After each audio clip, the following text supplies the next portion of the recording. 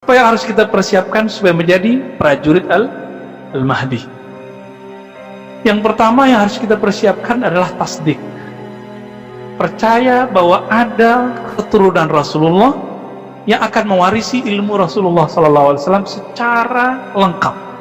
Disebut al-ulama warasatul anbiya, ulama pewaris para nabi, maka pewarisnya yang paling lengkap itu adalah Al-Mahdi.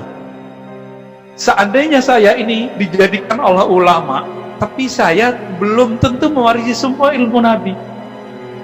Gitu. Seandainya Pak ya, saya belum tahu saya ini ulama atau tidak nih ya. Menurut antum ini ulama enggak? Ya, amin gitu. Ulama itu cirinya satu aja, takut kepada Allah, bukan yang pintar baca kitab, Pak. Dan makom Ibrahim yang takut kepada dibayat oleh orang Allah. Rasul mengatakan orang-orang itu kadang kalau taat malah berani sama Allah. Jumlah mereka sama dengan tapi sesekali Allah jebloskan dia ke maksiat, malah tambah takut kepada Allah. Kadang-kadang begitu. Jadi bapak-bapak itu banyak yang nanya kepada saya, Ustaz, kenapa saya setiap kali buka internet tuh gak bisa nahan melihat sesuatu? Ya, tahu sendirilah maksudnya. Ya, saya bilang gini, orang soleh kayak kamu ini kadang terlalu pede dengan sholat tahajudnya. Maka Allah tegur sesekali, Allah jebloskan ke melihat yang aneh-aneh itu. Akhirnya matanya ngerasa kotor lagi, menangis lagi kalau tahajud. Oh gitu Ustaz ya? Bukan saya nyuruh dia nonton yang aneh-aneh itu Pak ya. Kita lagi melihat perkembangan rohaninya. Banyak orang merasa sok suci dengan taatnya. Setiap kali taat merasa paling benar, yang bentak orang pakai takbir. Mending Al-Mahdi, takbirnya menaklukkan Rum. Ini takbirnya bikin orang gerah gitu. Ini kan aneh. Takbir kok bikin orang gak nyaman? Seharusnya takbir kan bikin kita nyaman. Bapak rindu nggak suara azan kalau keluar negeri? Saya rindu Pak. Teman kita buat kajian beberapa bulan lalu dengan komunitas di Eropa. Apa kata dia, Ustaz? Saya rindu azan di kampung gitu. Saya ada yang saya nggak suka ya, pengajian mak-mak yang nyanyi-nyanyi di masjid itu ya. Tapi dia bilang, Pak Ustaz, saya rindu pengajian mak-mak. Jadi kalau di samping rumahnya itu ada masjid, itu mak-mak sehari berapa gitu, hari apa gitu, itu bersolawat dengan suaranya yang pas-pasan. Dia rindu suara itu Pak, nggak kedengaran di sono. Iya juga sih ya, kita sebulan 2 bulan di sana juga rindu suara itu. Begitu Ustaz. Terjawab belum? Apa yang kita persiapkan? Tasdik, mempercayai. Maka mulai hari ini tolong hormati keturunan Rasulullah. Ini ahlu sunnah. Hormati aja Pak. Kalau ada orang habaib, walaupun habaib itu sama kayak kita, dia taat kayak kita, maksiat kayak kita, ilmunya mungkin ada yang lebih pintar bapak dari dia, tapi Allah muliakan dia. Kenapa bapak ini terlahir bukan keturunan Rasulullah, sedangkan dia keturunan Rasulullah? Pasti ada rahasia. Yang mengerti itu Al-Mahdi Pak. Rahasianya itu rahasia di alam ruh. Nih contoh nih, orang yang taat di dunia, beriman di dunia, nanti di akhiratnya posisinya bagus nggak? Nanti Allah bangkitkan dia dalam kondisi yang baik. Benar nggak? Orang yang berprestasi di alam ruh dulu, ketika dilahirkan di bumi, dia terlahir dalam 2 golongan. Golongan ahlu bait atau ulama, atau pencinta ulama. Pencinta ahlu bait. Itu aja. Nah kita karena bukan keturunan Rasulullah, minimal kita jadi ulama lah. Kita kalau bukan ulama, kita pecinta zuriat Nabi dan pecinta para ulama. Nah, siapa tahu nanti di antara ahlu bait yang kita cinta itu ada yang menjadi ahlu Al-Mahdi. Namun kabar rumitnya apa? Malamatiyah tadi Pak. Apa artinya malamatiyah tadi? Yang ditampilkan zahirnya beda dengan yang di dalamnya. Jadi beliau menyembunyikan identitasnya. Kalau beliau menyembunyikan identitasnya, maka keturunan Rasulullah yang jadi Al-Mahdi itu sekarang masih tersembunyi. Nah itu rumitnya Pak. Ya berdoa aja biar ketemu. Ya berdoa Pak. Masa Allah nggak dengar? Allah dengar. Kalau Bapak ini pantas menjadi pengikutnya, jadi tentara prajuritnya, pasti nanti jadi. Maka prajuritnya Al-Mahdi nanti ada beberapa golongan. Ada yang disebut Ahlul Badar.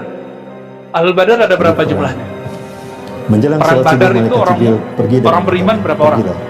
313. Sama Pak. Nanti Ahlul Badar kira-kira 313. Bersama disebut 7 ulama Ahlul ini Badri. ada 313 orang-orang yang menyambut mereka. Nanti ada lagi Sebelum sholat subuh di sahabat bawah yang beliau, lapis kedua, di oke, antara prajurit rukun- lapis ketiga. Begitulah ya, kalau Bapak bukan 313 ya yang berikutnya lah. Kan jumlah semua sahabat Nabi ada 124.000. Maka jumlah prajurit Al-Mahdi yang paling inti ada 124.000. Siapa saja nih di antara kita yang sudah mulai menerima beliau, minimal menjadi pecinta, siapa tahu nanti menjadi prajuritnya kalau umurnya panjang. Kalau enggak, itu kata saya apa tadi, minta Allah jemput nyawanya dengan indah sebelum itu. Tapi kalau Bapak begitu, itu cemen itu Pak, ya, penakut itu. Para syuhada itu ketika mati dia minta dihidupkan lagi Pak, kan itu kata Nabi. Jadi setiap orang yang syahid, apa katanya, ya Allah hidupkan aku, lalu sehingga aku hidup, lalu mati lagi, hidup, mati lagi. Apa makna ini?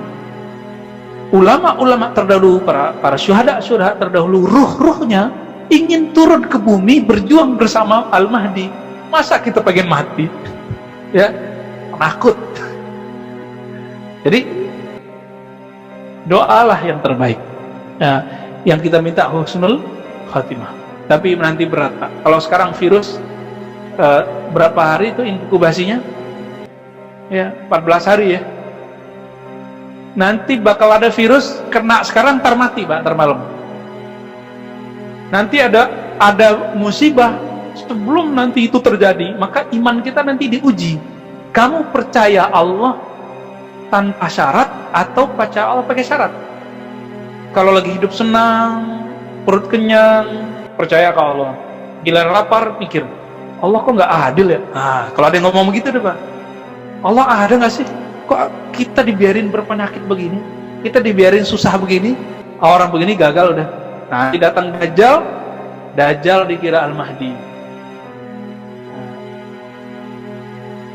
Nggak bisa Pak ngelawan Dajjal pakai panah sekarang, pakai kuda nggak bisa. Kita suka naik kuda, suka main panahan. Kenapa? Dajjal itu kalau mau hujan Pak, mau berhenti hujan berhenti, dan dia bisa terbang kemana-mana. Jadi kalau orang latihan panahan sekarang untuk menghadapi Dajjal, keliru besar. Yang harus kita hadapi sekarang, karena sekarang zamannya fitnah, yang harus dikuatkan adalah imun kolbunya. Maka belajarlah ma'rifatullah, mengenal Allah sedetail-detailnya. Ma'rifatun Nabi, mengenal Nabi sedetail-detailnya. Ma'rifatul ulumil Mahdi, mengenal ilmunya Al-Mahdi itu apa aja, sedetail-detailnya. Karena nanti kalau sudah ketemu ini, ada yang ngaku Al-Mahdi, kita tahu ente Dajjal. Padahal kesaktiannya sama. Kesaktian Al-Mahdi persis seperti Nabi Isa. Begitu juga kesaktian Ad-Dajjal mirip seperti Nabi Isa. Begitu juga mirip. Ini nanti bisa ambigu Pak. Saya cuma berdoa semoga kita semua selamat ya. Tapi jika Allah panjangkan umur saya ingin menjadi pejuang yang membersamai Imam Al-Mahdi. Kok nggak Pak tapi nggak jihad bisa bilang, jangan takut ya. Kalau takut ya cemen semua itu. Saya malu kepada ruh-ruh yang terdahulu, yang syuhada itu. Mereka pengen hidup lagi, kita pengen mati. Kan gitu ya. Ciut semua mental. Oke. Romawi ya. Ya, menaklukkan Romawi.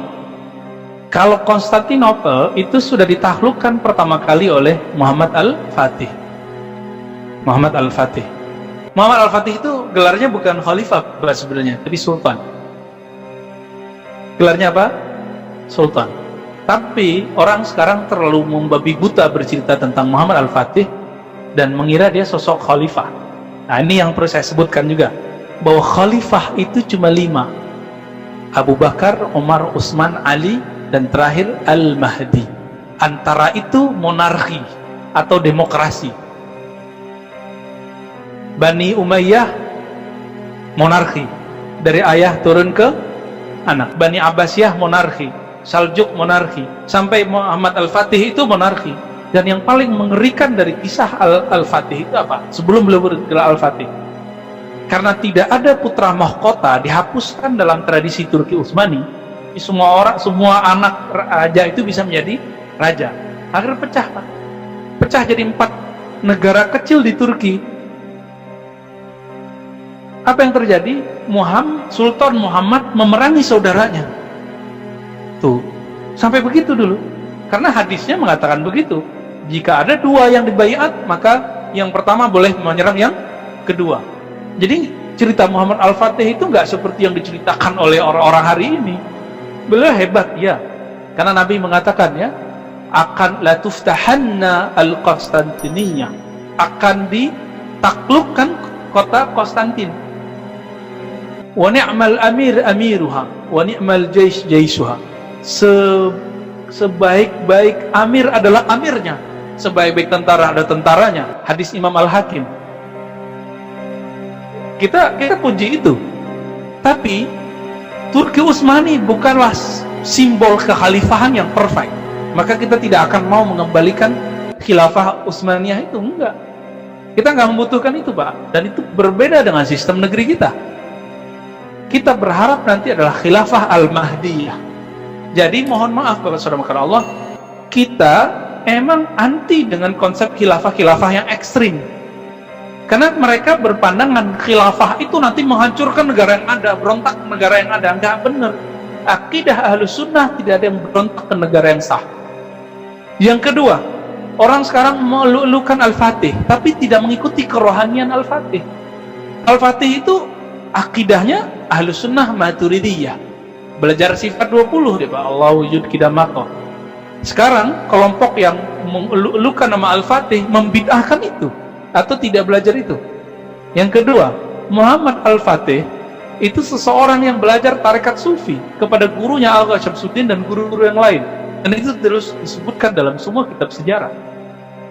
Sekarang mereka mau menggalikan khilafah tapi membenci tasawuf dan sufi. Ya, di masjid ini aja awal-awal kita mengaji, kita dipesenin, Ustaz jangan ngomong tasawuf dong, banyak yang alergi gitu. Ya kalau alergi ya salam. Kebangkitan Islam itu ada di kerohanian para sufi. Kalau ini dihancurkan, dibuang Pak, kebangkitan nanti tertunda terus. Tertunda terus. Ya. Maka Imam Al-Mahdi nanti itu pasti menguasai ilmu, semua keilmuan Islam, apalagi ilmu tasawuf. Jadi kalau pertanyaannya tadi tentang apa tadi? Penaklukan Konstantinopel itu sudah pernah di masa awal, yaitu masa Muhammad Al-Fatih. Nanti juga ada lagi, tapi Rum di situ artinya bukan Konstantin, tapi Eropa. Dan di hadisnya disebutkan Al-Mahdi dan tentaranya menaklukkan Rum itu cuma dengan takbir. Berarti ini simbol penaklukan Eropa nanti bukan dengan perang, tapi dengan kerohanian.